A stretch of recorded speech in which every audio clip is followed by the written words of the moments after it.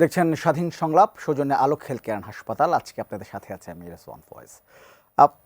17 বছরে নির্বাসিত, লন্ডনে নির্বাসিত জীবন কাটিয়ে বৃহস্পতিবার বা আগামীকাল দেশে ফিরছেন বিএনপির ভারপ্রাপ্ত চেয়ারম্যান তারেক রহমান। আহ, তার এই দেশে ফেরাটা শুধুমাত্র একজন রাজনৈতিক নেতার দেশে ফেরা তা কিন্তু নয়। বিএনপির পক্ষ থেকে যেটা মনে করা হচ্ছে, এটাতে রাজনীতির একটা নতুন অধ্যায়ের শুরু তারা বলছেন।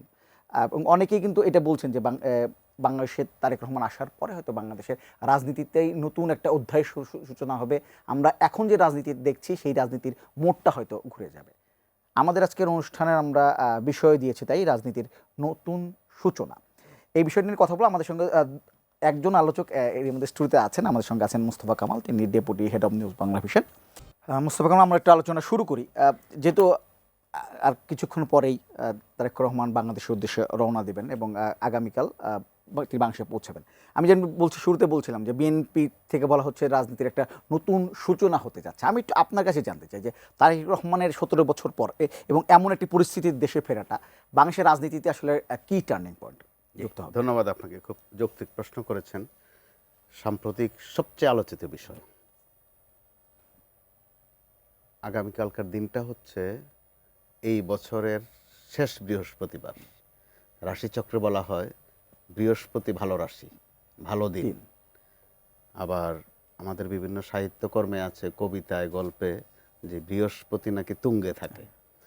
তো এই 25 ডিসেম্বর একদিকে খ্রিস্ট ধর্মীয়দের জন্য বড় দিন, ধর্মীয় দিন, আর রাশিচক্র অনুযায়ী শীর্ষে থাকার দিন, তুঙ্গে ওঠার দিন। তো এই দিনে কে তুঙ্গে উঠবেন, যখন কেউ তুঙ্গে ওঠে কারো আবার কিন্তু নিচেও নামতে হয়, দুইটা সমান্তরালে হয়। তো এইরকম দিনে তারেক রহমান সাহেব বাংলাদেশে আসছেন। তো তার আশাটা যেন তেন আশা নয়, বা তিনি গেছেন আবার আসছেন এরকমও নয়, অথবা তিনি চিকিৎসার্থে গেছেন সুস্থ হয়ে দেশে ফিরছেন তাও নয়। কঠিন এক পরিস্থিতিতে 17 বছর আগে তার লন্ডন যাত্রা। তো লন্ডন হচ্ছে আবার, বা গোটা গ্রেট ব্রিটেন যেটাকে বলে, যে রাজনৈতিকভাবে যদি কেউ শুদ্ধ, বিশুদ্ধ, পরিশুদ্ধ হতে চায়, ওইটার মোকাম বা ওইটার জায়গা হচ্ছে ব্রিটেন। ওখানকার কৃষ্টি, কালচার, গোটা সভ্যতা ভিন্ন রকমের। শুধু বাংলাদেশ নয়, বিশ্বের আরও অনেকেরই রাজনীতির পাঠ পঠন কিন্তু বদলে গেছে ব্রিটেনে থাকার পর। তো সেই জায়গায় তারেক রহমান সাহেব টানা 17 বছর ওখানে ছিলেন। ওখানে চিকিৎসা নিয়েছেন, সুস্থ হয়েছেন, পড়াশোনাও করেছেন। তার চেয়ে যেটা গুরুত্বপূর্ণ, যে একটি এত বড় দলের নেতৃত্ব দিয়েছেন, কি তাও ভার্চুয়াল নেতৃত্ব যেটাকে আমরা বলি। তো ভার্চুয়াল নেতৃত্ব কতটা অ্যাকচুয়ালি ফাংশন করে ওইটা নিয়ে কিন্তু তর্ক বিতর্ক ছিল। কিন্তু দেখা গেল সেখানেও একটা ফুল স্টপ পড়েছে, যে না, ভার্চুয়াল রাজনীতি দিয়েও অ্যাকচুয়াল ফাংশন করা যায়। এত বড় একটা দলকে তিনি ভাঙ্গনের হাত থেকেই শুধু রক্ষা করেননি, বিএনপিকে ভাঙ্গার হেন চেষ্টা নাই যেটা গত 17 বছর হয়েছে। মাঝে মধ্যে কিন্তু ছোট্টখাট্ট ভাঙ্গন আমরা দেখেছি। আসলে ভাঙ্গন নয়, এক ধরনের নাটকীয়তা। আসল বিএনপি, তৃণমূল বিএনপি, বিএনপি থেকে পিটা সরিয়ে দিয়ে বিএনএ অথবা বিএনএম, এক ধরনের সার্কাসে কিন্তু চলেছে।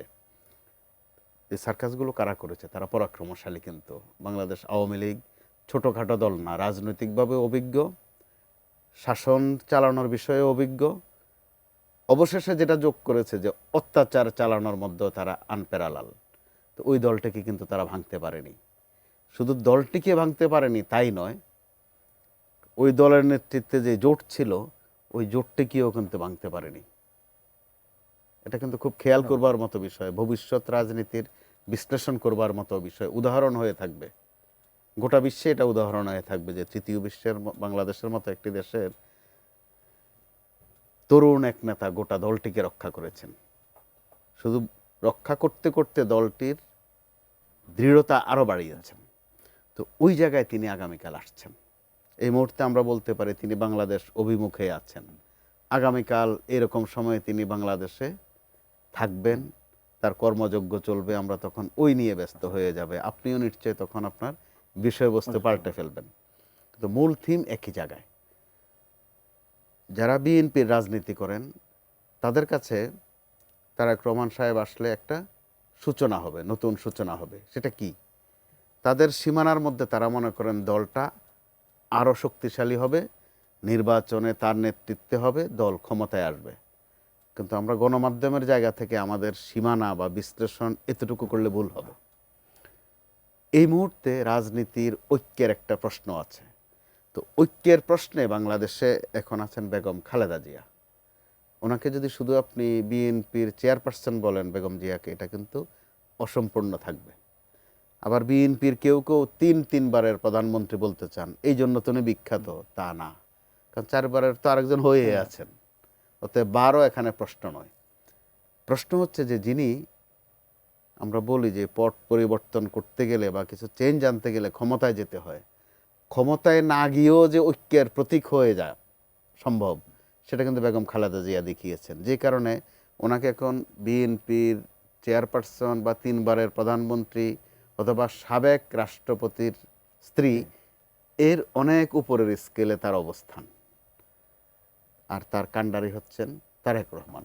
অতএব তারেক রহমানের কাজের সীমানা বা এরিনা যেটাকে আমরা বলি, সেটা কিন্তু আরও অনেক বৃহত্তর পরিসরে। তো ওই পরিসরে সূচনার দরকার আছে।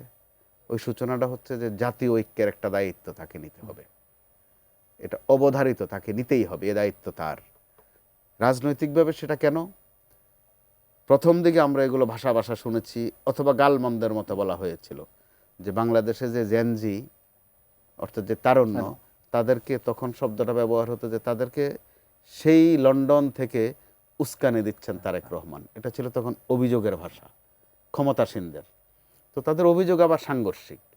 একদিকে বলে যে এত দূর থেকে কিচ্ছুই করা যাবে না, টেমস নদীর পার থেকে দল চালানো যাবে না, এই দলের নেতাকে, এই দলের প্রধানকে, বিএনপি ক্ষমতায় আসলে প্রধানমন্ত্রী কে হবে। আওয়ামী লীগের দিক থেকে কিন্তু এই দরদগুলো খুব ছিল। দল হচ্ছে বেগম খালেদা জিয়ার অথবা তারেক রহমানের, আর এই দলের কষ্টের জন্য কান্নাকাটি করতেন আওয়ামী লীগের লোকজন, যে বিএনপিটা কিভাবে চলবে। তো এগুলো ছিল আরেক ধরনের সার্কাস। পরবর্তীতে যে বৈষম্য বিরোধী ছাত্র আমরা যাদেরকে বলতাম, একটা পর্যায়ে কিন্তু আর গোপন থাকেনি বিষয়টা, যে বৈষম্য বিরোধী ওই ছাত্রদের সাথে, যাদের নাম এখন এনসিপি, তাদের সাথে নিয়মিত যোগাযোগ হতো তারেক রহমান সাহেবের। তার সাথে তিনি একটা দিক নির্দেশনাও দিতেন।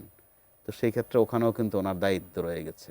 একদিকে জাতীয় ঐক্যের একটা কর্তৃত্ব বলেন, নেতৃত্ব বলেন, অথবা উপাদান বলেন, তার কাছ থেকে আসা চাই, এটা তার দায়িত্ব, রাজনৈতিক দায়িত্ব।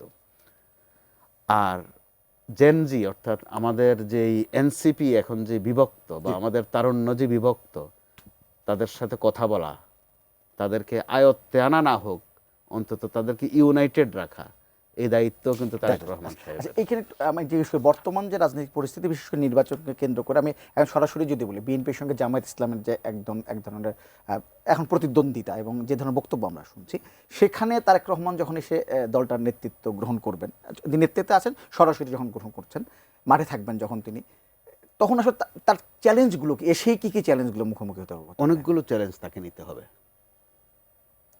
17 বছর তো এক ধরনের চ্যালেঞ্জ তিনি সহ্য করেছেন। ওইসব চ্যালেঞ্জের বেশিরভাগ কিন্তু জিতেছেনও তিনি। সর্বশেষ আপনি খেয়াল করে দেখুন, একদিন আগে আরেকটা ছোট্ট চ্যালেঞ্জ কিন্তু তিনি জয় করেছেন। এরই মধ্যে আমাদের কাছে যে খবর, ব্রিটেনের খবর যেটা, ওইটাতে তিনি জয়ী হয়েছেন। ওখানে তার একটা নির্দেশ ছিল, তিনি তাদের কাছ থেকে কথা আদায় করেছেন প্রকাশ্য অনুষ্ঠানে, এরকম বাক্যটা যে আমি কাল বাংলাদেশে যাচ্ছি, একটা কথা বলবো, তারা বলেছেন বলেন। পরের বাক্য ছিল যে বললে কিন্তু শুনতে হবে। কি শুনতে হবে? যে এয়ারপোর্টে যখন আমি যাব, ওখানে কোনো গ্যাদারিং করা যাবে না। ওখানকার লোকজন কিন্তু কথাটা শুনেছে, অর্থাৎ কিছু একটা বুঝেই তো তিনি সেটা বলেছেন যে গ্যাদারিং করা যাবে না। ব্যাখ্যায় আমরা নাই গেলাম। তো বাংলাদেশে আসার পরও কিন্তু ওইটার পর্ব আছে। তাহলে আমরা কি ওইটার স্বাভাবিক নিয়মে ভাবতে পারি যে বাংলাদেশেও হয়তো বা গ্যাদারিং না করতে বলবেন? কিন্তু না, বাংলাদেশের বাস্তবতায় সেটা সম্ভব নয়। 17 বছর পর তিনি আসছেন, তারপরও যে সতর্কতা আমরা খেয়াল করছি, এটাও চ্যালেঞ্জ জয়েরই একটা অংশ, যে প্রত্যেককে খুব সুশৃঙ্খলভাবে থাকতে বলা হয়েছে। ওখানে গ্যাদারিং হবেই, সেটা দমানো যাবে না, কিন্তু তার যে শিডিউল, সেটা যেভাবে চমৎকার করে করা হয়েছে, অল্প অল্প সময়ের ব্যবধানে এয়ারপোর্ট থেকে 300 ফিট, 300 ফিট থেকে হাসপাতাল, হাসপাতাল থেকে বাসা, এর মাঝ বরাবর আরও কতগুলো কথা আছে। শহীদ প্রেসিডেন্ট জিয়াউর রহমানের মাজার জিয়ারতে যাওয়া, পরের দিন যাবেন মনে হয়। পরের দিন যাবেন, অর্থাৎ এগুলো তো একটা শিডিউলের অংশ। যারা এগুলো সাজাচ্ছেন তাদের কিন্তু অনেক কষ্ট করতে হচ্ছে, অনেক কিছু ভাবতে হচ্ছে। আবার সরকার থেকে যে নিরাপত্তা দেয়া হচ্ছে সেটাও কিন্তু যেন তেন নিরাপত্তা নয়, ওই নিরাপত্তা তার প্রাপ্য অথবা উচিত। আবার কোন সময়টায় তিনি দেশে আসছেন এটা কিন্তু আমাদের অগ্রাহ্য করার সুযোগ নেই বা পাশ কাটানোর সুযোগ নেই। যখন বাংলাদেশের রাজনীতিবিদদের, বিশেষ করে নির্বাচনের মাঠে যারা আছেন, অনেকে গান পয়েন্টে আছেন, এটাও লুকানো বিষয় নয়, এটা ফিসফিস করে বলার বিষয় নয়, প্রকাশ্যেই বলেছেন। যেই প্রার্থী অর্থাৎ হাদির কথা বলছি, মৃত্যু হয়েছে, তিনি কিন্তু তার জীবনের ঝুঁকির কথা বলে গেছেন, থানায় জিডিও করেছেন, সরকারের বিভিন্ন গুরুত্বপূর্ণ জায়গায় কথাও বলেছেন। আরেকটি রাজনৈতিক দলের সেক্রেটারি তিনি 50 জনের কথা বলেছেন, যে 50 জন গান পয়েন্টে আছে। সংখ্যাসহ বলা কিন্তু জেনাতনে বিষয় নয়, তাকেও নিশ্চয়ই সেটা পরিষ্কার করতে হবে কোন 50 জন কোন পয়েন্টে আছেন গানের, সেটা বলতে হবে, তাকে পরিষ্কার করতে হবে। তথ্য হিসাবে বলে থাকলে নিশ্চয়ই তিনি তথ্য রাখেন, আর তথ্য রাখার জায়গায় তো তিনি আছেন। আবার সরকারের দিক থেকেও অ্যাটেনশন দেয়া হচ্ছে। তো এরকম একটা জায়গায়, অর্থাৎ অস্ত্র কিন্তু অস্ত্রই, সেটা বৈধ হোক আর অবৈধ হোক। কারণ বৈধ অস্ত্রতেও কিন্তু অনেক বাজে কাজ আমরা বাংলাদেশের মানুষ দেখেছি। বিশেষ করে ফ্যাসিবাদ বিরোধী আন্দোলনে যেসব অস্ত্র ব্যবহার হয়েছে, বৈধ অস্ত্র ছিল, অবৈধ অস্ত্র ছিল। কোনোটারে কি আজ পর্যন্ত আমরা নিষ্পত্তি করতে পেরেছি? পারিনি। তার মধ্যে সরকারের দিক থেকে যে কথাগুলো আসছে যে প্রয়োজনে অস্ত্র দেয়া হবে, তো যেখানে নির্বাচনের আগে আমরা অভ্যস্ত বহু বছর ধরে যে বৈধ অস্ত্র উদ্ধার করা হয়, ওখানে আপনি আরো অস্ত্র দিচ্ছেন। তো অস্ত্র দিয়ে কি করবেন? খেলাধুলা করবেন, গান বাজাবেন অস্ত্র দিয়ে? অস্ত্র শব্দটাই তো ভয়ের, অর্থাৎ অবৈধ অস্ত্রকে আপনি প্রতিহত করবেন। তো সেটাও তো বাজে খবর, উদ্বেগের খবর। যেহেতু ওই সময় ওই রকম একটা সময়ে তারেক রহমান সাহেব বাংলাদেশে আসছেন, এটা গোটা বাংলাদেশের জন্য চ্যালেঞ্জ, তার জন্য চ্যালেঞ্জ, তার নিরাপত্তার জন্য একটা প্রশ্ন। তো সেখানে সব কথার চেয়ে শেষ কথা অথবা 10 কথার এক কথা যেটা, তার জন্য নিরাপত্তার প্রধান সিপাহসালার বলেন, সিপাহী বলেন, রক্ষী বলেন, সেটা তার দলীয় নেতাকর্মীরা। যদি নেতাকর্মীদের বেষ্টিত তিনি থাকেন, গোটা বিশ্বের বাস্তবতাই এটা, কেউ দুঃসাহস বা ভিন্ন কোনো চিন্তা করতে সাহস পায় না। তো এই দিকটা যেমন, যেহেতু জাতীয় ঐক্যের কথা আসছে, আপনার গুলিটা বা আক্রমণটা যদি জাতীয় ঐক্যের দিকে যায়, সেটা কিন্তু আমাদের গোটা জাতির জন্য একটা অভিশাপের বিষয় হবে। তো সেটা মোকাবেলা করতে এই মুহূর্তে দরকার হচ্ছে সাবধানতা, সতর্কতা, সেই সঙ্গে ফাউল টক বন্ধ করা। আমাদের রাজনীতিবিদরা গত কিছুদিন থেকে কিন্তু, যে ওনারা একটা বললে হয়ে যায়, দিনভর বললেন, বিকালবেলা বললেন না, ঠিক ওই রকমটা বলি নাই। আবার যখন আপনি শুনান অডিও ভিডিও, বলে যে না আমি ওইটা বুঝাইতে চাই নাই। অর্থাৎ এই তামাশাগুলো বন্ধ করতে হবে, এই সময়টা বড় স্পর্শকাতর। আমাদের সঙ্গে যুক্ত হয়েছেন বিএনপির যুগ্ম মহাসচিব সৈয়দ ইমরান সালেহ প্রিন্স। স্বাগত আমাদের অনুষ্ঠানে। আমরা কথা বলছিলাম তারেক রহমানের দেশে প্রত্যাবর্তনের প্রভাব, প্রতিক্রিয়া সব নিয়ে। আমি একটু জানতে চাই, ছোট করে প্রথমে যেটা জানতে চাই, যে 25শে ডিসেম্বর দিনটি কেন বেছে নেওয়া হয়েছে, মানে কোনো কারণ আছে কি, নাকি আসলে দিনটি পড়ে গেছে? আমার ঠিক জানা নেই, তবে এটা হয়তো পড়ে গেছে কাকতালীয়ভাবে।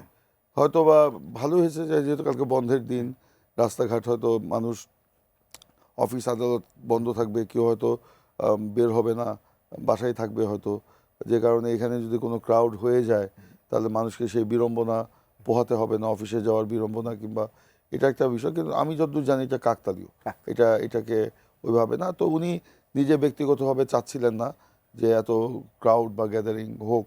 তো আসলে এটা তো আমাদের আবেগের ব্যাপার, আমাদের উচ্ছ্বাসের ব্যাপার। 17 বছরে জুলুম নির্যাতনের শিকার একজন মজলুম নেতা, বাংলাদেশে তার প্রত্যাবর্তন, মানে গণতান্ত্রিক বাংলাদেশে, বিশেষ করে যে গণতন্ত্রের জন্য আমরা লড়াই করেছি, উনি এই গণ অভ্যুত্থানের নেপথ্যে থেকে কীভাবে মানে গণ অভ্যুত্থানকে একটা যৌক্তিক পর্যায়ে নিয়ে যাওয়া, আমি আর কেউ না হোক, আমরা 2-4 জন তো সাক্ষী, আমরা তো দেখেছি কি করেছেন তিনি। এই গণ অভ্যুত্থানের ছাত্রদের এই আন্দোলনের সকল রাজনৈতিক দলকে সম্পৃক্ত করার ক্ষেত্রে উনি মানে কত ছাড় দিয়ে তিনি সেখানে কথা বলেছেন। নট অনলি দ্যাট, যে একদম শীর্ষ পর্যায়ের নেতাদের সাথে, অন্যান্য দলেরও মাঠ পর্যায়ের নেতাদের সাথে ওনার যোগাযোগ ছিল, এবং উনি 24 ঘন্টার মধ্যে 24 ঘন্টাই মনে হয় যে কানেক্ট থেকেছেন। ধরেন ঢাকায় সমস্ত লোকজন মানে অ্যারেস্ট হয়ে যাচ্ছে, হয়তো কোনো কাজে আমাদের কোনো লোক সিঙ্গাপুরে, কিংবা কেউ হয়তো ভারতে, বা কেউ হয়তো ব্যাংককে কোনো চিকিৎসার জন্য ছিল, তাদেরকে বলা হচ্ছে আপনারা ওখানেই থাকেন, ওখানে বসে কাজ করেন, ঢাকায় গেলে আপনি অ্যারেস্ট হয়ে যাবেন।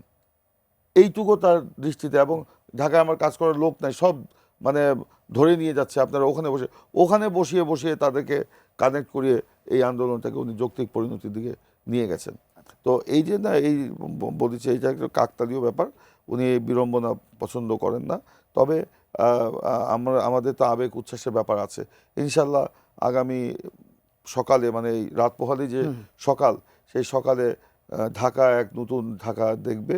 সেখানে জনতার যে মহামিলন এবং প্রাণের যে উচ্ছ্বাস, সেই উচ্ছ্বাসের বহিঃপ্রকাশ ঘটবে, এবং সেটা আমরা শৃঙ্খলার মাধ্যমে করব। আমার মনে হয় যে একজন মানে নেতার যে এটা রাজস্বিক প্রত্যাবর্তন, সেটা ঠিক না। আমরা বলবো যে একজন মজলুম নেতার প্রত্যাবর্তন, যে তার এই প্রত্যাবর্তনের পিছনে যে একটা তার মানে এক্সাইলের পিছনে যে তার একটা ইয়ে আছে, মানে যেটাকে বলছি যে প্রবাসের যে নির্বাসিত জীবনের পেছনে যে একটা গল্প আছে, সেই গল্পের একটা সফল পরিণতি এবং একটা সফল ইতিহাসের প্রত্যাবর্তন করবে। এর মধ্যে আমরা দেখতে পেয়েছি তিনি লন্ডনে হিথ্রো এয়ারপোর্টে পৌঁছে গেছে বাংলাদেশে আসার জন্য। আমি একটু আরেকটা ছোট্ট একটা প্রশ্ন করতে চাই, যেটা মূল প্রশ্ন ছিল যে তারেক রহমান আসার সঙ্গে সঙ্গে কিন্তু বাংলাদেশের মানুষের এক ধরনের প্রত্যাশা, শুধু বিএনপির নেতাদের নয়, আমি বলছি বাংলাদেশের মানুষের এক ধরনের প্রত্যাশা তার প্রতি তৈরি হয়েছে একজন নেতা হিসেবে। 17 বছর তিনি কতটা বদলানেন এবং তার নেতৃত্ব আসলে কতটা বিকশিত হলো, এই ধরনের প্রত্যাশা কিন্তু আছে। এই প্রত্যাশার চাপটা আপনারা অনুভব করছেন কিনা? অবশ্যই। আমরা হাটে মাঠে ঘাটে যেখানেই ঘুরছি, সেখানেই তারেক রহমান কবে আসছেন, কবে আসছেন, কবে আসছেন। এই যে মানুষের মধ্যে যে একটা আগ্রহের সৃষ্টি হয়েছে, আগ্রহ কেন? তার উপর জনগণের আস্থা আছে বলেই তো আগ্রহটা। কারণ তার বাবাই তো বাংলাদেশকে 75 পরবর্তী ঝঞ্ঝা বিক্ষুব্ধ যে বাংলাদেশ, সেখান থেকে তিনি একটা শৃঙ্খলায় ফিরিয়ে নিয়ে এসেছিলেন। একটা মানে তলাবিহীন ঝুড়ি খ্যাত বাংলাদেশকে তিনি স্বনির্ভর বাংলাদেশে পরিণত করেছিলেন। নিজে হাতে কোদাল নিয়ে খাল কেটে তিনি সেচ ব্যবস্থার উন্নয়ন ঘটিয়ে সেই দুর্ভিক্ষ পীড়িত বাংলাদেশকে মানে খাদ্যে স্বয়ংসম্পূর্ণ খাদ্য রপ্তানিকারক বাংলাদেশে পরিণত করেছেন। তার মা বেগম খালেদা জিয়াই তো 90-এর সেই গণ অভ্যুত্থানে স্বৈরাচারের ধ্বংসস্তূপের উপরে গণতন্ত্রের পতাকা উড্ডীন করেছিলেন। মেয়েদের শিক্ষা, ক্ষমতায়ন, সকলের জন্য ডাল ভাত কর্মসূচি, এবং এই যে মানে এই এরশাদের যে দেশকে অর্থনৈতিকভাবে ভেঙে চুরমার করে দিয়ে গিয়েছিল, সেই বাংলাদেশকে তিনি বিশ্বের বুকে উদীয়মান ব্যাঘ্র অর্থাৎ ইমার্জিং টাইগার হিসেবে প্রতিষ্ঠিত করেছেন। তাদেরই তো সন্তান তারেক রহমান। তার মধ্যে তো সেই জিনিসটা আছে। আপনি কি জানেন যে উনি 24 ঘন্টার মধ্যে কয় ঘন্টা ঘুমায়? আপনি কি জানেন উনি কি খান? উনি ওদের আমরা তো মনে করি যে লন্ডনে বোধহয় ওনার বিলাসবহুল জীবনযাপন। ওনার সিঁড়ির ডুপ্লেক্স বাসা, সিঁড়ির নিচে ছোট্ট একটি জায়গায় ছোট্ট একটি আপনার চেয়ার, ছোট্ট একটি টেবিল, এত বড় টেবিল না, ছোট্ট একটি টেবিল, একটা মানে কোনো রকমে আটে আর কি সেই টেবিলের মধ্যে, ওইটুকের মধ্যে বসে তিনি বাংলাদেশকে নেতৃত্ব দিয়েছেন 17 বছর। এবং তিনি কি চিন্তা করছেন? তিনি শুধু বড়লোকদের কথা চিন্তা করছেন না, বা মধ্যবিত্তের কথা চিন্তা করেন। তিনি বলছেন যে আমার বাংলাদেশের মানুষ, বাংলাদেশকে যদি হাসাতে হয়, বাংলাদেশকে যদি সুখী সমৃদ্ধশালী করতে হয়, তো বাংলাদেশের যে প্রাণ, তৃণমূলের যে জনগণ বা মানে তৃণমূলের যে জনগোষ্ঠী, তাদের মুখে হাসি ফোটাতে হবে। সেই জন্য তিনি গত 1 বছর প্রায় দেশি বিদেশি বিশেষজ্ঞদের বসিয়ে সাবজেক্ট ওয়াইজ সেখানে কিভাবে সেটা নির্যাস নিয়ে আসা, এবং বাংলাদেশের তথ্য উপাত্ত নিয়ে যে এই যে ধরেন আমাদের নমিনেশন এবার দেওয়া হলো, এটা তো সনাতনী পদ্ধতিতে দেওয়া হয়নি। উনি বলেছেন কেন? আমার জনগণ যাকে নির্বাচিত করবে, তো চলুন না আমরা জনগণের কাছে যাই যে জনগণ আমার কোন নেতাকে পছন্দ করে। তিনি গোপনে এমন জরিপ করিয়েছেন, 4টা কি 5টা জরিপ সেখানে করানো হয়েছে। উনিও জানেন না কারা জরিপ করছেন, বা যারা জরিপ করছেন তারাও জানেন না যে এটা বিএনপির জন্য করা হচ্ছে। নট অনলি এত মোটা আপনার কোশ্চেনিয়ার, আপনার কোশ্চেনগুলো মানে পাতা, প্রায় ধরেন 40 বা 50টা পেজে। সেখানে নট অনলি আপনার আমাদের ক্যান্ডিডেট, অন্য দলের ক্যান্ডিডেটও আছে, আওয়ামী লীগের কী অবস্থান, সেখানে জনগণ কি চায়, আগামী দিনের বাংলাদেশ তারা কিভাবে দেখতে চায়, শ্রমিকরা কি চায়, কৃষকরা কি চায়, গৃহবধূরা কি চায়, আপনার যুবকরা কি চায়, আপনার এই যে কি বলে মানে ক্ষুদ্র নৃগোষ্ঠী যারা আছে সমতল কিংবা পাহাড়ের, তারা কি চায়, এগুলো তুলে নিয়ে এসে সেইটার উপরে দেশি বিদেশি গবেষকদের বসিয়ে নিজে তাদের সাথে কানেক্ট থেকে তিনি এগুলো বের করে আনছেন। এই যে একটা প্রান্তিক কৃষককে তার 5 থেকে 7 বছরের জন্য সে একটা ফসলের সম্পূর্ণ টাকা দিয়ে দেওয়া হবে। আচ্ছা, এই যে এই ধরনের কর্মসূচি এগুলো তো ওখান থেকে বের করে নিয়ে এসেছে। আমি একটু মোস্তফা কামাল, আপনার এক ধরনের জনগণের তো একদম প্রত্যাশা তার কাছে আছে। আর তার আগে আপনাকে জিজ্ঞেস করছিলাম যে তিনি 17 বছর বাইরে থেকে তিনি দলটি পরিচালনা করেছেন, এখন একদম দেশে এসে করবেন, এখানে নিশ্চয়ই নানা ধরনের চ্যালেঞ্জ আছে, একদম সবকিছু মিলে প্রত্যাশা এবং চ্যালেঞ্জটা মিলে যদি আমাকে বলেন একটু। প্রত্যাশার ভলিউমটা কিন্তু খুব বড় ওনার কাছে। প্রিন্স ভাই সহ যারা বিএনপির রাজনীতি করেন অথবা বিএনপির রাজনীতির সাথে বিভিন্নভাবে সম্পৃক্ত অথবা নেতা অথবা কর্মী অথবা সমর্থক, এর বাইরেও কিন্তু ওনার সিলেবাস চলে গেছে। তারেক রহমান সাহেব শুধু ওনাদের সিলেবাসে থাকবেন এই অবস্থা আর নেই বাংলাদেশে। তো ওই সিলেবাসটা কি, যে তিনি কিভাবে হাঁটেন, সেটাও কিন্তু এখন একটু বেশি করে দেখা হবে। আমরা যে একটু সামান্য একটু ফুটেজ দেখেছি, একদম ব্রিটিশ স্ট্যান্ডার্ড, হাতে ব্যাগ কাউকে দিচ্ছেন না, কিন্তু একজন মনে ব্যাগ নেওয়ার জন্য চেষ্টাও করেছে। হ্যাঁ হ্যাঁ, কিন্তু দেননি তিনি। এগুলো খেয়াল করবার মতো বিষয়। তো বাংলাদেশে আসার পর নিজে বাজার করেন। জি, তো বাংলাদেশে আসার পর যেটা অবিসম্ভাবী এবং ওনাকে করতে হবে, এটা ওনার রক্তের ঋণ, ঐতিহ্যের ঋণ। কি সেটা? বাংলাদেশ খাদে পড়ে গেলে উঠা যায় কিনা সেটা কিন্তু তার কাজের আওতায় আনতে হবে, তার সিলেবাসে আনতে হবে। 75 ট্র্যাজেডির পর 76, 77 সহ 3.5 বছরে ওই সময় দেশের অবস্থা করুণ ছিল। খুনাখুনি, হত্যা, রাহাজানি, আগুন, লুটপাট। সেটার থেকে দেশকে ওই খাত থেকে তুলেছেন জিয়াউর রহমান, যিনি কিন্তু রাজনীতিবিদ ছিলেন না। ওই সময়ও কিন্তু নানান বয়ান ছিল যে একজন সামরিক বাহিনীর লোক রাজনীতির এ ফয়সালা দিতে পারবেন কিনা। দেখা গেছে যে তিনি দিয়েছেন। সেটাকে কেউ ম্যাজিক বলেছেন, কেউ আল্লাহর কোনো রহমত বলেছেন, যেভাবে পারেন বিশ্লেষণ করেছেন। আবার বিশ্বের ইতিহাসে যেটাই বাংলাদেশে জিয়াউর রহমান সাহেব ঘটিয়েছেন, এটা বিশ্বের ইতিহাসে সম্ভবত নেই যে একজন সামরিক শাসক গণতন্ত্র দেন। এটা কিন্তু চিন্তারও বাইরে। রাষ্ট্রবিজ্ঞানের এটা অন্যতম উপাদান। এই গেল একদিক, খাত থেকে তোলার। আবার 9 বছর স্বৈর শাসনের অবসানের পর 91-তে বেগম খালেদা জিয়ার আজকে যে স্কেল, যে উচ্চতা, তখন কিন্তু এটা ছিল না। গৃহবধূ থেকে রাজনীতিতে এসে সাহসের সাথে তিনি আন্দোলন মোকাবেলা করে তখন তার একটা হাইপ উঠেছিল। তখন তারা দেশের মানুষ বা বিএনপি বেশি করে বলতো আপোষহীন নেত্রী, সাহসী নেত্রী, এতটুকুর মধ্যে সীমিত ছিল। কিন্তু ওই 9 বছরের দুঃশাসনের খাদ থেকে দেশকে তুলে আনতে পারবেন কিনা এই নিয়ে কিন্তু সংশয় ছিল। দেখা গেল বেগম খালেদা জিয়া সেটা পেরেছেন। তো এই গত 17-18 বছর বা 111-এর 2 বছর সহ ধরলে 21-22 বছর হয়ে যায়। দেশের যে মেসাকার হয়েছে সর্বশেষ শেখ হাসিনার 3.5 মেয়াদে বা 3.25 মেয়াদে যে সর্বনাশটা হয়েছে, ওখান থেকে দেশকে টেনে তোলার এক বিশাল দায়িত্ব কিন্তু ওনাকে নিতে হবে। এটা ওনাকে নিতেই হবে ওই দায়িত্ব। যদি ওনার রক্তের ঋণ ওনাকে শোধ করতে হয়, রক্তের প্রতি কৃতজ্ঞতা থাকতে হয়, স্মরণ করতে হয়, তো এটা দায়িত্ব কিন্তু যেন তেন দায়িত্ব নয়। শুধু বিএনপি নিয়ে থাকলে ওই দায়িত্ব কাভার হবে না। তো ওই দায়িত্ব পূরণ করতে গেলে মোটা দাগে আমরা চোখের সামনে কি দেখছি? প্রত্যেক দিন কোনো না কোনো অঘটন দেখছি। আজও দেখেছি কিন্তু হ্যাঁ, একজনের মৃত্যু হয়েছে, মগজারে হত্যাকাণ্ড হচ্ছে, প্রার্থীরা জীবন ঝুঁকিতে আছেন। আমাদের অর্থনীতি তো এই ডামাডোলের মধ্যে আলোচনাতেই আসছে না। তো তিনি কিন্তু গত 5-7 দিন ধরে আমি যেটা খেয়াল করেছি, আমি টুকেছি নিয়মিত, যে আমাদের ব্যবসা বাণিজ্য কীভাবে চলবে, অর্থনীতি কীভাবে রিকভারি করবে, বিনিয়োগের কি অবস্থা হবে, কৃষকরা কি করবে, শিক্ষা ব্যবস্থা কি হবে, দফাওয়ারে কিন্তু এই পরিকল্পনাগুলো তিনি জানিয়েছেন। তার মানে কি তিনি নিজেও তার দায়িত্ব সম্পর্কে সচেতন, নয়তো এগুলো এভাবে বললেন কেন? আর আপনি সর্বশেষ যেটা বলেছেন যে জোট অথবা সমঝোতা, এগুলো গুরুতর সমস্যা হবে না, এর মধ্যে এগুলো প্রায় ফয়সালা হয়ে গেছে। বরং তিনি আসার পর আমার বিশ্বাস এগুলো নিয়ে কোনো তেমন প্রশ্ন আলোচনাই উঠবে হবে না। না। আচ্ছা ঠিক আছে। যতটুকু হওয়ার ইনডোরে হয়ে গেছে বলা চলে। প্রিন্স ভাই আপনাকে জিজ্ঞেস করব যেটি কামাল ভাইকে জিজ্ঞেস করছিলাম যে এখন তো নির্বাচন সামনে, বিএনপির মতো একটা বড় দল, এখানে নমিনেশন নিয়েও অনেক ধরনের আছে, অনেকে পেয়েছেন, অনেকগুলো সিট জোটকে দেওয়া হয়েছে, অনেক জায়গায় আমরা শুনতে পাচ্ছি অনেকে অনেকে স্বতন্ত্র দাঁড়ানোর একটা প্ল্যান করছেন, অনেকে এসে আমরা শুনতে পাচ্ছি। সব কিছু মিলে এটিও তো তারেক রহমানের জন্য একটা বড় চ্যালেঞ্জ, এগুলো মোকাবেলা করা। দেখুন, এটাকে চ্যালেঞ্জ আমি বলবো কিনা জানি না, তবে হ্যাঁ, আমরা দুঃখজনক হলেও সত্য আমরা লক্ষ্য করছি আমাদের কেউ কেউ মানে মনোনয়ন না পেয়ে উনি তারা স্বতন্ত্র দাঁড়ানোর পরিকল্পনার কথা ঘোষণা করছেন।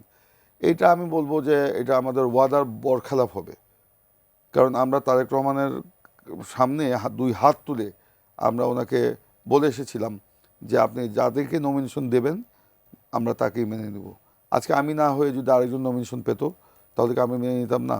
হ্যাঁ, আমার কষ্ট লাগতো, দুঃখ লাগতো, কিন্তু এইবার তো আমি বলেছি আমার তো সনাতন পদ্ধতিতে আমাদের নমিনেশন ডিক্লেয়ার করা হয়নি, একদম জনমত জরিপের মাধ্যমে 90% এইটা ঘোষণা করেছে। বাকি 10% যেটা হয়েছে বিভিন্ন ইকুয়েশনে, সেটা হলো যে জোটের সমন্বয় করতে যেগুলো হয়েছে, সে রাজনীতিতে তারা অবদান রেখেছেন, আন্দোলন সংগ্রামে তারা ছিলেন, তো তাদেরকে তো অবশ্যই আমরা তাদেরকে সাথে নিয়েই তো সংসদে যেতে চাই। তো সে কারণে সেটা হয়তো 10% ছিল। কিন্তু আজকে তারেক রহমান সাহেব যখন আমাদেরকে নিয়ে বসেছিলেন 3 দিন, এবং সেখানে উনি যে আবেগঘন বক্তব্য রেখেছিলেন, ওনার মায়ের কথা বলে, নিজের কথা বলে, দেশের এই ক্রান্তি লগ্নের কথা বলে, আমরা 17 বছর যে আন্দোলন করলাম সেটার প্রত্যাশার কথা বলে, আমরা কিন্তু উনি কিন্তু আমাদেরকে বলেননি অঙ্গীকার করতে। ওনার সেই আবেগঘন বক্তব্যের শুনে আমরা দুই হাত তুলে দাঁড়িয়ে ওনার কাছে আমরা কিন্তু অঙ্গীকার করে এসেছি। কিন্তু আজকে যদি কেউ এখানে মানে স্বতন্ত্র দাঁড়ায়, তাহলে তো অঙ্গীকার ভঙ্গের ব্যাপারে বিষয় চলে আসবে। আমরা আশা করব যে তারা এখানে বাস্তবতা উপলব্ধি করে তারা সেখান থেকে ফিরে আসবে। তবে হ্যাঁ, তো তাদেরকে অবশ্যই মূল্যায়ন করবে। দল যদি সরকার গঠন করতে পারে, তাদের যোগ্যতা অনুযায়ী বিভিন্ন জায়গায় তাদের সেট করার সুযোগ অবশ্যই আছে। তো সেটা দল তো চিন্তা করবে, কারো অবদানকে তো আমরা খাটো করে দেখতে চাই না। আমি মোস্তফা কামাল একদম শেষ প্রশ্নটা যেটি করব, এটা একটা প্রত্যাশার জায়গা থেকে বলতে চাই যে আমরা এর আগে যে বিভিন্ন বড় দলের নেতাদের যদি বলি, তাদের আশেপাশে কিন্তু একটা বলয় তৈরি হয়ে যায়, হ্যাঁ, বলয় তৈরি হয়ে যায়, এবং অনেকে বলে চাটুকার বলেন, এবং এটা একটা সময় নেতাকে মোটামুটি ঘেরাও করে ফেলে এবং যারা জনগণ থেকে বিচ্ছিন্ন করে ফেলে, আমরা দেখেছি আগে। তারেক রহমানের ক্ষেত্রে সেই প্রত্যাশার জায়গাটা আপনার কোন জায়গা? আচ্ছা রকমের প্রত্যাশা করা যায়। আমরা যেটা আপনি আজকে প্রশ্ন করেছেন বা আমি আজকে জবাব দিচ্ছি তা নয়। তিনি আজ থেকে 11-12 মাস আগ থেকে প্রতিনিয়ত বলছেন, একদিকে সবাইকে সতর্ক করছেন যে সামনের দিনগুলো বড় কঠিন হবে, যেটা আমরা এখানে থেকেও অথবা বিএনপির নেতাকর্মীরাও এখানে থেকেও বোঝেননি যে সামনের দিনগুলো যে কঠিন হবে। তারা বরং ধারণা করেছেন যে বিএনপির ধারে কাছে কেউ নেই। তারেক রহমান সাহেব যেটা বলেছেন এটা হয়তো বা ক্লাসের কড়া শিক্ষকরা এভাবে মাঝে মধ্যে কিছু বলেন বুঝি, যে সামনের পরীক্ষাটা কঠিন হবে, সিলেবাসটা বড় কড়া, পড়াশোনা একটু বেশি করা লাগবে। কেউ হয়তো এরকমটাই ভেবে থাকতে পারেন, কিন্তু আপনি খেয়াল করে দেখুন বাস্তবতাটা কোথায়। তিনি যেটা বলেছিলেন সেটাই। দ্বিতীয় যেটা তিনি মনে করিয়ে দিয়েছিলেন, আপনার প্রশ্নের সাথে অত্যন্ত প্রাসঙ্গিক, একাধিকবার বলেছেন যে আমাকে জননেতা, ভবিষ্যৎ কাণ্ডারি, দেশনায়ক এগুলা বলে লজ্জা দেবেন না। এক পর্যায়ে নির্দেশও দিয়েছেন, নির্দেশের মতো করে, যে আমাকে এগুলো বলবেন না। লাস্টে লন্ডনে সমাবেশে বলছেন স্লোগান দেবেন না আমার নামে। জি, তার মানে কি তিনি আগেই সচেতন হয়ে আছেন এই বিষয়ে, যে আমাদের এই দেশে চাটুকারিতার নামে স্তুতি বন্দনা করতে গিয়ে যে একজনকে সর্বনাশ করতে কিন্তু আমরা এখানে দেখেছি। অর্থাৎ মানুষের সীমানা পেরিয়ে ফেরেশতা তুল্য অথবা পয়গম্বর তুল্য করে ফেলার এই বাতিক আমরা এই দেশে দেখেছি। তিনি নিশ্চয়ই তার মতো করে শিক্ষা নিয়েছেন, যেই কারণে শুধু আহ্বান নয়, এক পর্যায়ে নির্দেশের মতো করে সেটা বলেছেন। আর একটা কথা এখানে না বললে নয়, প্রিন্স ভাইয়ের সাথে একটু সামান্য দ্বিমত হবে আমি। তারেক রহমান সাহেব যত না নির্বাচনের কথা বলছেন, তার চেয়ে বেশি বলছেন ভোটের কথা। ভোট শব্দটা উচ্চারণ করছেন, এখানের মধ্যেও তো একটা রহস্য আছে। কারণ গত 15 বছর যে সরকারটি ছিল ওটিও তো নির্বাচিত সরকার, ভোটের সরকার ছিল না, ভোটের সরকার ছিল না। যে কারণে দল থেকে কেউ যদি আলাদা হয়ে নির্বাচন করতেও চায়, তাতেও যদি ভোটের তীব্রতা বাড়ে, গতি বাড়ে, নিশ্চয়ই তারেক রহমান সাহেব নিশ্চয়ই সেটাকে মন্দ চোখে দেখবেন না। এবং সেটাও ভোটের রাজনীতিতে আমি মনে করব সেটা ভিন্ন প্রেক্ষাপট, সেটা ভিন্ন প্রেক্ষাপট। তবে দেশ জাতীয় জনগণের স্বার্থে আমরা দলের সকলকে ঐক্যবদ্ধ রাখতে চাই, জি। কাউকে আমাদের প্রতিদ্বন্দ্বীও আমরা ভাবতে চাই না। আমরা আমরা একসাথে এতদিন আন্দোলন করেছি, পাশাপাশি দাঁড়িয়ে কথা বলেছি, আজকে সে আমার প্রতিপক্ষ হবে, সেখান থেকে তো ইয়ে করেছি। সেই অর্থে আমি বলেছি যে আমরা সবাই থাকি, আমাদের তো প্রতিপক্ষ আছেই, অনেক প্রতিপক্ষ নিজ আছে, দলের কাউকে আপনার প্রতিপক্ষ দৃশ্যমান চাচ্ছেন না। প্রতিপক্ষ আছে, অদৃশ্য প্রতিপক্ষ আছে, প্রতিপক্ষ তো আমাদের সামনে আছেই। আমরা আজকে শেষ করব। আপনাদের দুজনকে ধন্যবাদ আমার সাথে যুক্ত হওয়ার জন্য, এবং আমরা প্রত্যাশা করছি আজকে যেমন প্রিন্স ভাই বলছিলেন যে একটা অন্যরকম তারেক রহমান দেশে ফিরবেন, আমরা প্রত্যাশা করছি, দেশের মানুষই প্রত্যাশা করছে 17 বছর পরে তিনি দেশে ফিরছেন, তিনি আসলে অন্য রকমভাবে আসবেন এবং অন্য ধরনের যে আশার প্রত্যাশা মানুষ করছে সেই আশা নিয়েই, আশাটা পূরণ করবেন, সেই আশা নিয়েই দেশে ফিরবেন। আমরা এই প্রত্যাশা শেষ করবো। আপনারা ভালো থাকবেন, সুস্থ থাকবেন, এই টিনের সঙ্গে থাকবেন।